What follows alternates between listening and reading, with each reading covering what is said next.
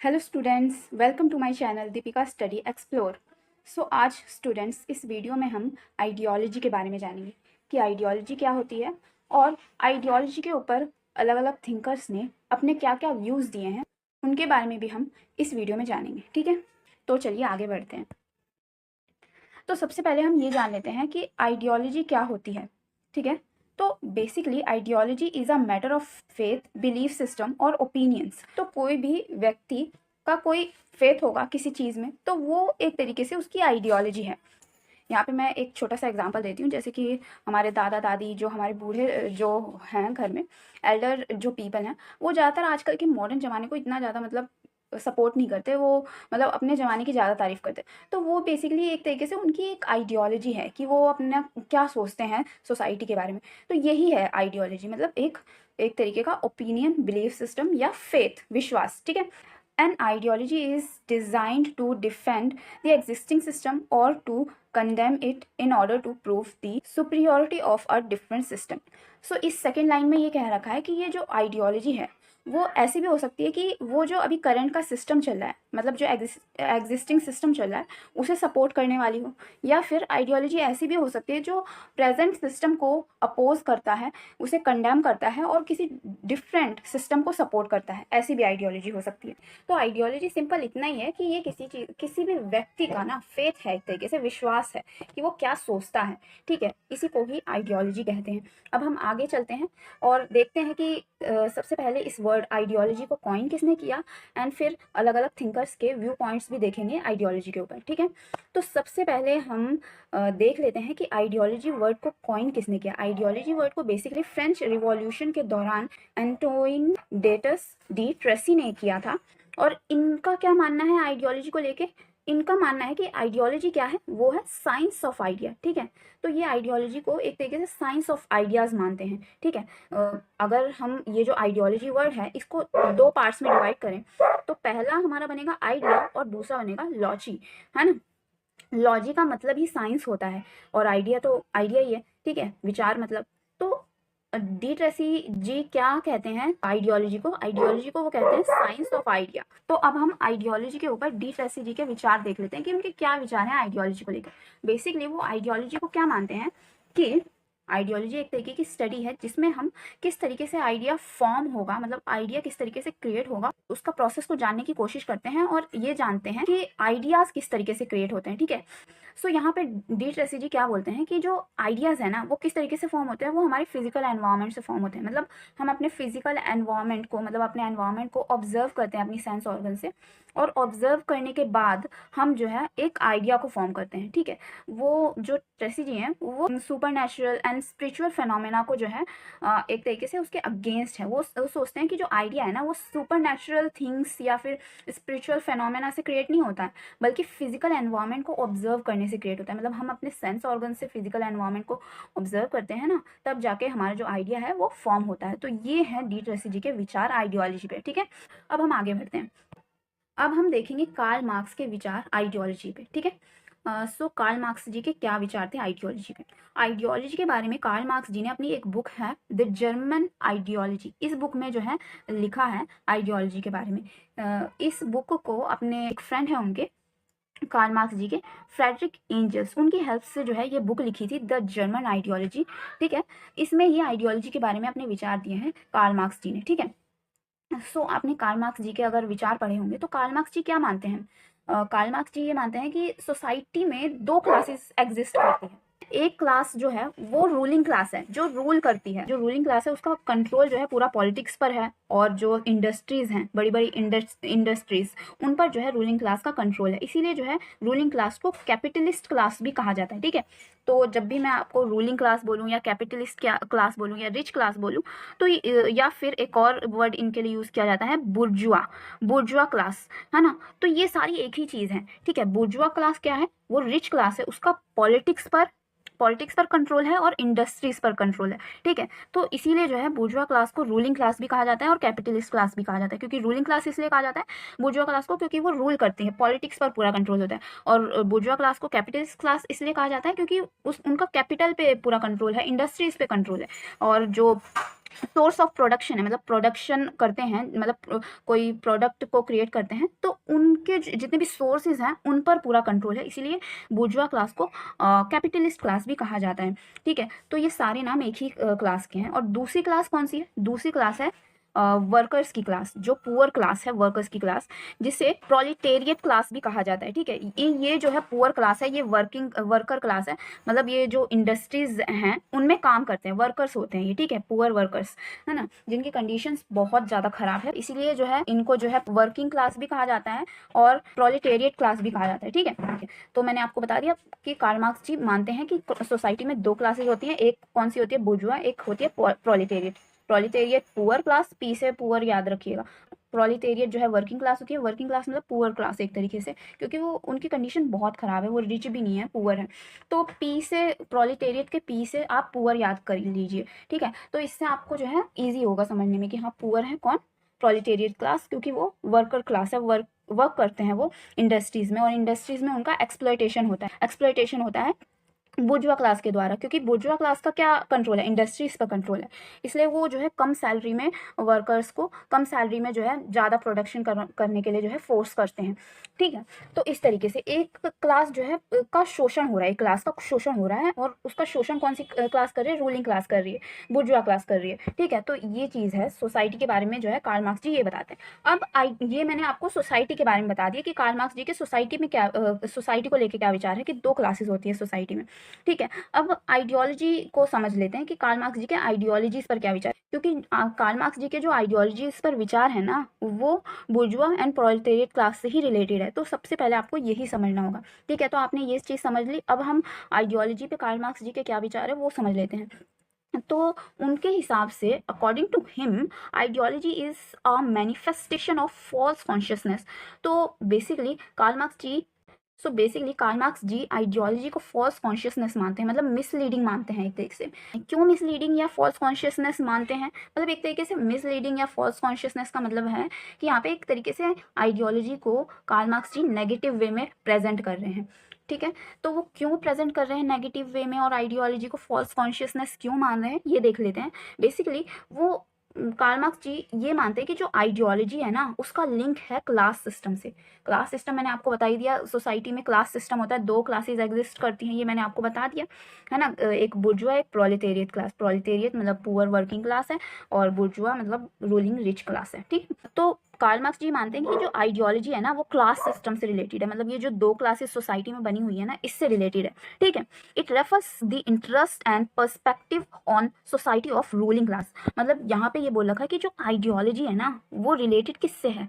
Ruling class से, और वो रूलिंग क्लास से रिलेटेड है, और वो रूलिंग क्लास के इंटरेस्ट में है आइडियोलॉजी। ठीक है, रूलिंग क्लास आइडियोलॉजी का यूज करती है, इसीलिए आइडियोलॉजी को कार्ल मार्क्स जी बुर्जुइज आइडियोलॉजी भी कहते हैं। ठीक है, क्योंकि वो ये मानते हैं कि जो आइडियोलॉजी है वो रूलिंग क्लास से रिलेटेड है। रूलिंग क्लास आइडियोलॉजी का यूज करती है, क्यों यूज करती है? अपने इंटरेस्ट को प्रोटेक्ट करने के लिए जो है आइडियोलॉजी का यूज करती है, अपनी डोमिनेंस को बनाए रखने के लिए। तो इसीलिए जो बुर्जुआ क्लास है उन्हें आइडियोलॉजी की नीड पड़ती है, किस लिए? तो अपनी पावर को बनाए रखने के लिए, पावर है एक तरीके से उनके हाथों में। तो आगे मार्क्स जी क्या बोलते हैं, ठीक है, वो देख लेते हैं। Marx treated ideology as a temporary phenomenon. Marx ideology को टेम्परेरी मानते हैं, मतलब ये जो आइडियोलॉजी है ये हमेशा के लिए नहीं है, ये टेम्परेरी है। ठीक है, क्यों मार्क्स आइडियोलॉजी को टेम्परेरी मानते हैं? क्योंकि जैसे मैंने आपको बताया कि कार्ल मार्क्स क्या मानते हैं, सोसाइटी में दो क्लासेस है, एक रूलिंग क्लास है जो कि है बुर्जुआ क्लास, और दूसरी है प्रोलेटेरिएट क्लास। सो यहाँ पे जो बुर्जुआ क्लास है ना, वो बेसिकली प्रोलेटेरिएट क्लास का एक तरीके से शोषण कर रही है, एक्सप्लॉयटेशन कर रही है, क्योंकि बुर्जुआ क्लास क्या है? रूलिंग क्लास है, उनके पास हर चीज़ का कंट्रोल है, पॉलिटिक्स पर कंट्रोल है और इकोनॉमी पे सारा कंट्रोल है, मतलब उनके पास बड़ी बड़ी इंडस्ट्रीज़ हैं, मतलब इंडस्ट्रीज़ पर उनका कंट्रोल है। ठीक है, तो वहाँ पे उन इंडस्ट्रीज़ में क्या करते हैं कि वो जो है सस्ते में प्रोलेटेरिएट क्लास, जो वर्किंग क्लास है, उनसे काम करवाते हैं, उनका शोषण करते हैं, मतलब उनको उनके काम का जो है मतलब काम के हिसाब से वेजेस नहीं देते, काम के हिसाब से सैलरी नहीं देते। तो इसीलिए जो है एक तरीके से वो शोषण कर रहे हैं प्रोलेटेरिएट क्लास का। सो प्रोलेटेरियट क्लास यहाँ क्या करती है कि अपने अगेंस्ट जो इनके साथ एक्सप्लॉयटेशन हो रहा है, शोषण हो रहा है, उसके अगेंस्ट प्रोलेटेरियट क्लास रिवॉल्यूशन करती हैं, और रिवॉल्यूशन करने के बाद जो है वो जो बुर्जुआ क्लास है उसे उखाड़ फेंकती हैं, मतलब जो बुर्जुआ क्लास की डोमिनेंस है उसे उखाड़ फेंकती हैं, बुर्जुआ क्लास की डोमिनेंस को ख़त्म करती हैं रिवॉल्यूशन के द्वारा। सो यहाँ पे फिर धीरे धीरे प्रोलेटेरियट क्लास क्या करेगी, एक ऐसी सोसाइटी को क्रिएट करेगी जिसमें क्लास सिस्टम होगा ही नहीं। ये मार्क्स की सोच है सारी, ठीक है। मार्क्स ये सोचते हैं, वो चाहते हैं कि कोई भी क्लास रहे ही ना, ऐसी सोसाइटी बनाना चाहते हैं कार्ल मार्क्स जी। तो इसीलिए जब क्लासलेस कोई क्लास ही नहीं होगी तो आइडियोलॉजी का यूज़ ही कहाँ होगा, ठीक है। मतलब ये कि आइडियोलॉजी का यूज़ कौन करता है, आप ही बताइए। मैंने आपको बताया कि आइडियोलॉजी का यूज़ रूलिंग क्लास, बुर्जुआ क्लास करती है, पर बुर्जुआ क्लास ही खत्म हो जाएगी तो बुर्जुआ तो फिर आइडियोलॉजी का यूज़ करेगा कौन, ठीक है। तो यहाँ पे मार्क्स जी यही बताते हैं कि ये टेम्परेरी है, बुर्जुआ क्लास भी टेम्परेरी है, बुर्जुआ क्लास को भी रिवॉल्यूशन के द्वारा हटा दिया जाएगा तो वो समाप्त हो जाएगी, खत्म हो जाएगी, फिनिश हो जाएगी। तो इसी तरीके से उसके साथ साथ आइडियोलॉजी भी खत्म हो जाएगी। तो इसीलिए जो है मार्क्स जी ये टेम्परेरी फिनोमेना बोलते हैं। एंड दूसरी बात ये कि कार्ल मार्क्स जी ये भी बोलते हैं कि जो प्रोलेटेरियट क्लास है उसे कोई भी ज़रूरत नहीं है आइडियोलॉजी की, मतलब वो कार्ल मार्क्स जी पूरी तरीके से आइडियोलॉजी के अगेंस्ट है, ठीक है। तो आई होप आपको ये जो है आइडियोलॉजी पर कार्ल मार्क्स जी के विचार समझ में आ गए होंगे। उनके विचार जो है क्लास सिस्टम से रिलेटेड है, और वो जो है आइडियोलॉजी को क्या मानते हैं, फॉल्स कॉन्शियसनेस, मतलब नेगेटिव वे में लेते हैं, मिसलीडिंग मानते हैं। और फिर वो ये भी बोलते हैं कि आइडियोलॉजी टेम्परेरी फिनोमेना है। टेम्परेरी क्यों है, क्योंकि आइडियोलॉजी किससे जुड़ी है, रूलिंग क्लास। रूलिंग क्लास को आगे जाके प्रोलेटेरियट क्लास जो है खत्म कर देगी रिवॉल्यूशन के द्वारा। तो रूलिंग क्लास खत्म हो जाएगी और फिर जो है बाद में एक क्लासलेस सोसाइटी बनेगी। तो जो क्लासलेस सोसाइटी बनेगी तो उसमें क्लासेस तो होंगी नहीं, तो आइडियोलॉजी का यूज़ कौन करेगा, है ना, क्योंकि आइडियोलॉजी का यूज़ तो बेसिकली रूलिंग क्लास करती थी, जो कि अब है नहीं। तो इसीलिए आइडियोलॉजी भी टेम्परेरी फिनोमेना है, और साथ ही साथ जो ये क्लास सिस्टम है ना, ये भी टेम्परेरी ही है एक तरीके से। आई होप यहाँ तक आपको कार्ल मार्क्स जी के विचार समझ में आ गए होंगे। कार्ल मार्क्स जी ना सबसे ज़्यादा मुझे इंटरेस्टिंग लगते हैं, पॉलिटिकल थ्योरी की बात कर लो या आइडियोलॉजी की बात कर लो, इनकी जो थ्योरी है ना, मतलब इनके जो विचार हैं, आइडियोलॉजी है, वो सबसे ईजी भी है, ठीक है। अब हम जो है नेक्स्ट देखेंगे लेनिन। लेनिन भी एक मार्क्सिस्ट जो है थिंकर है। मार्क्सिस्ट कौन होता है ये मैं आपको थोड़ा सा बता देती हूँ। मार्क्स जी के जो विचार है ना, वो जो है मार्क्सिस्ट जो है आइडियोलॉजी उनको कहा जाता है। कभी कार्ल मार्क्स जी से रिलेटेड जो आइडियोलॉजी होती है, मतलब विचार है, उनको मार्क्सिस्ट आइडियोलॉजी कहा जाता है, ठीक है। लेनिन जी के जो आइडियोलॉजी पे विचार है वो उन्होंने एक बुक में लिखा है, what is to be done, ये बुक का नाम है, ठीक है। इस बुक में लेनिन जी ने अपने विचार दिए हैं, किसके ऊपर, आइडियोलॉजी के ऊपर, ठीक है। तो क्या विचार है वो देख लेते हैं। सो ये क्या बोलते हैं कि जो प्रोलेटेरियट क्लास है और जो बुर्जुआ क्लास है, ठीक है, इन दोनों के पास आइडियोलॉजी है। वहाँ लेनिन क्या बोल रहे थे, ओह सॉरी, वहाँ मार्क्स क्या बोल रहे थे कि आइडियोलॉजी सिर्फ रूलिंग क्लास को बिलोंग करती है, रूलिंग क्लास आइडियोलॉजी का यूज़ करती है। पर यहाँ पे लेनिन जी क्या बोल रहे हैं, प्रोलेटेरियट और बुर्जुआ, बेसिकली रूलिंग क्लास जो है बुर्जुआ क्लास ही है, ठीक है। वहाँ मार्क्स क्या बोल रहे थे कि बुर्जुआ क्लास जो है आइडियोलॉजी का यूज़ करती है, सिर्फ सिर्फ बुर्जुआ क्लास। पर यहाँ पे लेनिन क्या बोल रहे हैं कि दोनों ही क्लासेस आइडियोलॉजी का यूज़ करती हैं। तो यहाँ पे लेनिन फोर्स कर रहे हैं कि प्रोलेटेरियट क्लास की भी आइडियोलॉजी होनी चाहिए। लेनिन ये बोलते हैं कि प्रोलेटेरियट क्लास की अगर कोई आइडियोलॉजी नहीं होगी तो जो बुर्जुआ क्लास की आइडियोलॉजी है ना, वो उनके ऊपर हावी हो जाएगी, और बुर्जुआ क्लास की जो है आइडियोलॉजी एक तरीके से प्रोलेटेरियट क्लास के ऊपर जो है कंट्रोल करने लगी। इसीलिए प्रोलेटेरियट क्लास की खुद की जो है आइडियोलॉजी होनी चाहिए, ठीक है। क्यों होनी चाहिए, ताकि प्रोलेटेरियट क्लास को गाइड करने में जो है आइडियोलॉजी हेल्प करेगी, कि गाइड करेगी कि किस तरीके से आगे जो है बुर्जुआ क्लास के अगेंस्ट रिवॉल्यूशन लाना है। इसीलिए आइडियोलॉजी प्रोलेटेरियट क्लास के लिए ज़रूरी है। अब हम एंटोनियो ग्रामसी जी के विचार पढ़ लेते हैं। ये भी मार्क्सिस्ट थिंकर ही हैं, ठीक है, मतलब मार्क्स की विचारधाराओं से जो है प्रभावित हैं, और मार्क्स की विचारधाराओं को जो है ये फॉलो करते हैं। पर इन्होंने भी थोड़ा सा अपना तरीके से मॉडिफिकेशन दी है ना। और आइडियोलॉजी पर इनके भी जो विचार हैं वो मार्क्स जी से थोड़े से अलग हैं, ठीक है। सो वो हम देख लेते हैं। एंटोनियो ग्रामसी जी भी मानते हैं कि दो क्लासेस होती हैं, है ना, एक कैपिटलिस्ट बुर्जुआ क्लास और एक प्रोलेटेरियट क्लास, ठीक है। सो यहाँ पे वो क्या कहते हैं कि जो कैपिटलिस्ट क्लास है, मतलब बुर्जुआ क्लास, जो बुर्जुआ क्लास है वो सिर्फ इसीलिए पावरफुल नहीं है कि उसके पास इकोनॉमिक पावर है, मतलब वो इकोनॉमिकली रिच है, इसलिए उनके पास पावर नहीं है कि वो रिच हैं, या फिर उनके पास पॉलिटिकल पावर है, बल्कि वो क्या कहते हैं हैगेमनी है उनकी। हैगेमनी मतलब होती है डोमिनेंस, मतलब उनकी एक तरीके से डोमिनेंस है सोसाइटी में, इसीलिए जो है वो पावरफुल है। ठीक है, तो मैं इस चीज़ को फिर से रिपीट करती हूँ। ग्रामसी जी ये मानते हैं कि जो कैपिटलिस्ट क्लास है, मतलब बुर्जुआ क्लास है, वो पावरफुल किस लिए है, पावरफुल कैसे है वो, कैसे है वो पावरफुल? वो सिर्फ इसलिए पावरफुल नहीं है कि उसके पास पैसा है, मतलब वो इकोनॉमिकली रिच है, या उसके पास पॉलिटिकल पावर है, बल्कि उसकी हैगेमनी है पूरी सोसाइटी में। पूरी सोसाइटी में हैगेमनी चलती है भाई, ये कैपिटलिस्ट क्लास वालों की। हैगेमनी क्या है? डोमिनेंस, मतलब दबदबा चलता है पूरी सोसाइटी में, दबदबा चलता है। तो इसी जो हैगेमनी, मतलब ये डोमिनेंस है ना, बेसिकली हैगेमनी को डोमिनेंस कहते हैं। ठीक है, तो ये जो डोमिनेंस है, हैगेमनी है, इस हैगेमनी को क्या बोलते हैं ग्रामसी जी? आइडियोलॉजिकल हैगेमनी। आइडियोलॉजिकल हैगेमनी। ठीक है, मतलब ये कि इनका दबदबा कैसे है, अब दबदबा भी है, मतलब डोमिनेंस है, आइडियो हैगेमनी है इनकी सोसाइटी में, वो कैसे है? आइडियोलॉजी की मदद से है भाई। तो सेकंड लाइन में ग्रामसी जी ये बताते हैं कि जो आइडियोलॉजी है ना, कैपिटलिस्ट क्लास, जो बुर्जुआ क्लास की आइडियोलॉजी है, वो art, literature, education system, mass media, language, जो पॉपुलर कल्चर है, उन सभी में जो है, जो कैपिटलिस्ट क्लास है उसकी आइडियोलॉजी फैली हुई है। ठीक है, पर यहाँ पे थर्ड पॉइंट में एंटोनियो ग्रामसी जी कहते हैं कि जैसे जैसे कैपिटलिस्ट क्लास की हैगेमनी है, मतलब उन्होंने आइडियोलॉजी की मदद से अपनी हैगेमनी बना ली है सोसाइटी में।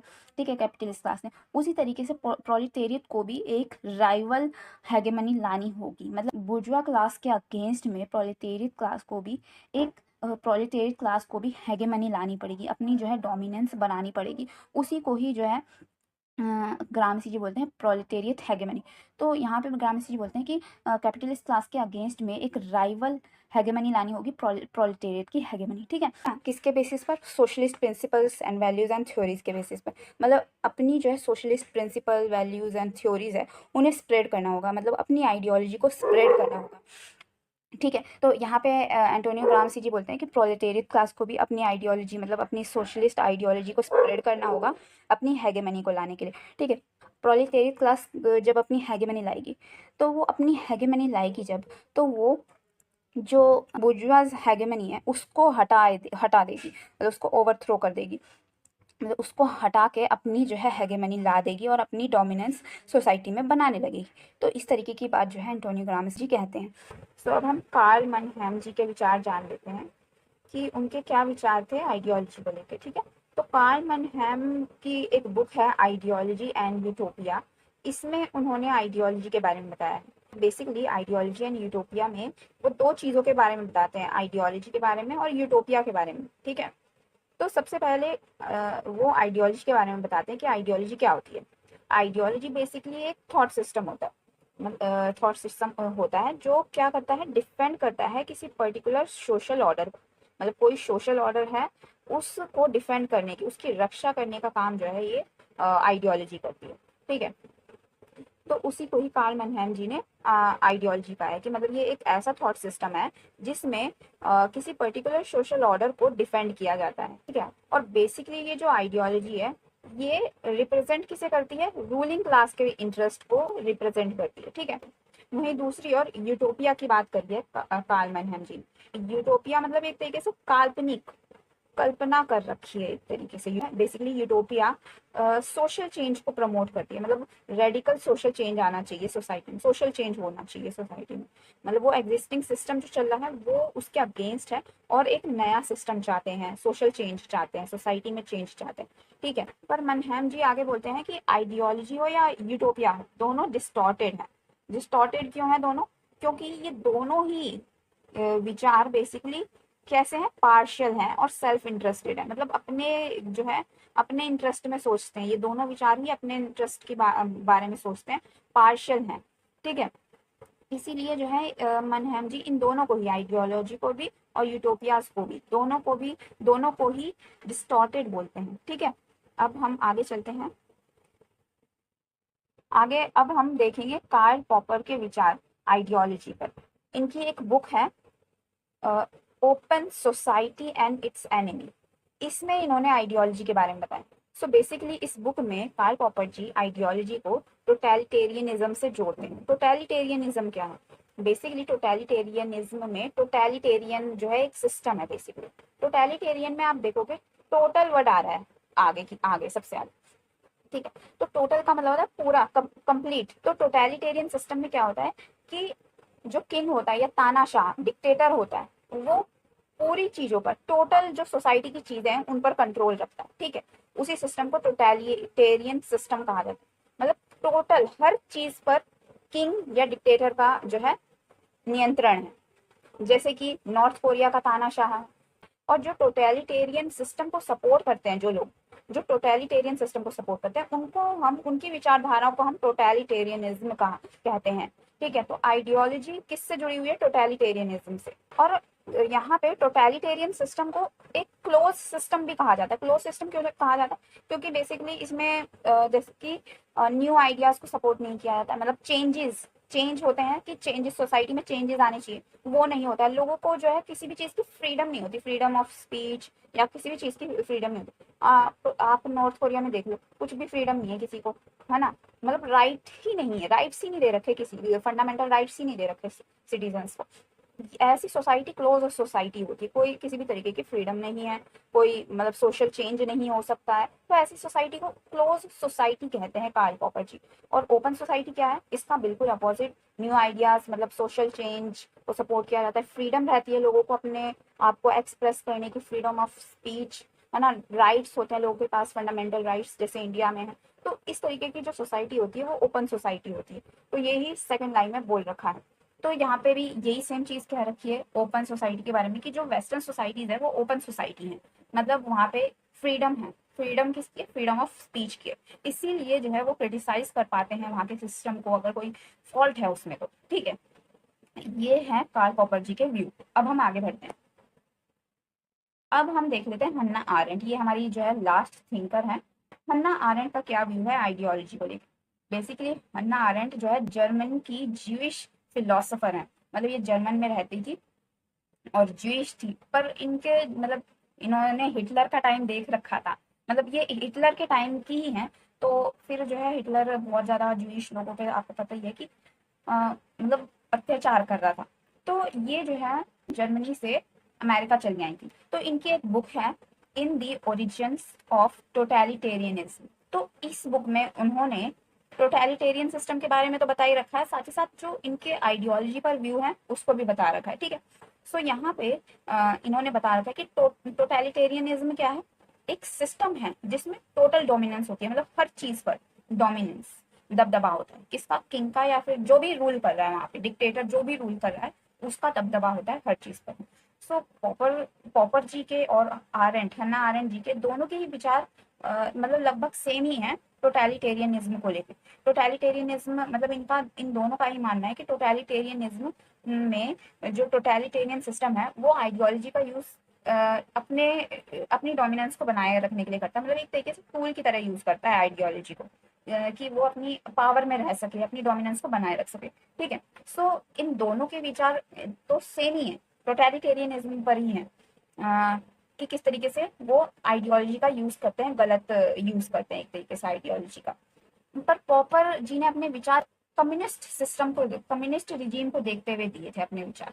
पर आरेंट जी ने अपने विचार फासिस्ट रिजीम को देखते हुए दिए थे, क्योंकि वो क्योंकि उन्होंने देख रखा था कि हिटलर कैसे अत्याचार कर रहा था ज्यूइश लोगों पे, और वो भी उन लोगों में इंक्लूडेड थी, हन्ना आरेंट भी। इसीलिए उनका जो मतलब उनके जो विचार है वो फासिस्ट रिजीम से रिलेटेड है। पर पॉपर जी के जो विचार है वो कम्युनिस्ट रिजीम से रिलेटेड है। जो कम्युनिस्ट है, स्टालिन, ये सब है ना, इनका रिजीम आया था, तो उनकी जो डोमिनेंस है, उनका जो डिक्टेटरशिप है, उनके ऊपर जो है पॉपर के ये विचार हैं। ठीक है, सो यहाँ पे स्टूडेंट्स, आई होप आपको आइडियोलॉजी के बारे में अच्छे से समझ में आ गया होगा, और डिफरेंट डिफरेंट थिंकर्स ने आइडियोलॉजी के ऊपर क्या क्या अपने विचार दिए वो भी अच्छे से समझ में आ गए होंगे। आई होप सो कि आपको ये वीडियो अच्छा लगा होगा। अगर आपको ये वीडियो अच्छा लगा हो तो वीडियो को जरूर लाइक कीजिएगा।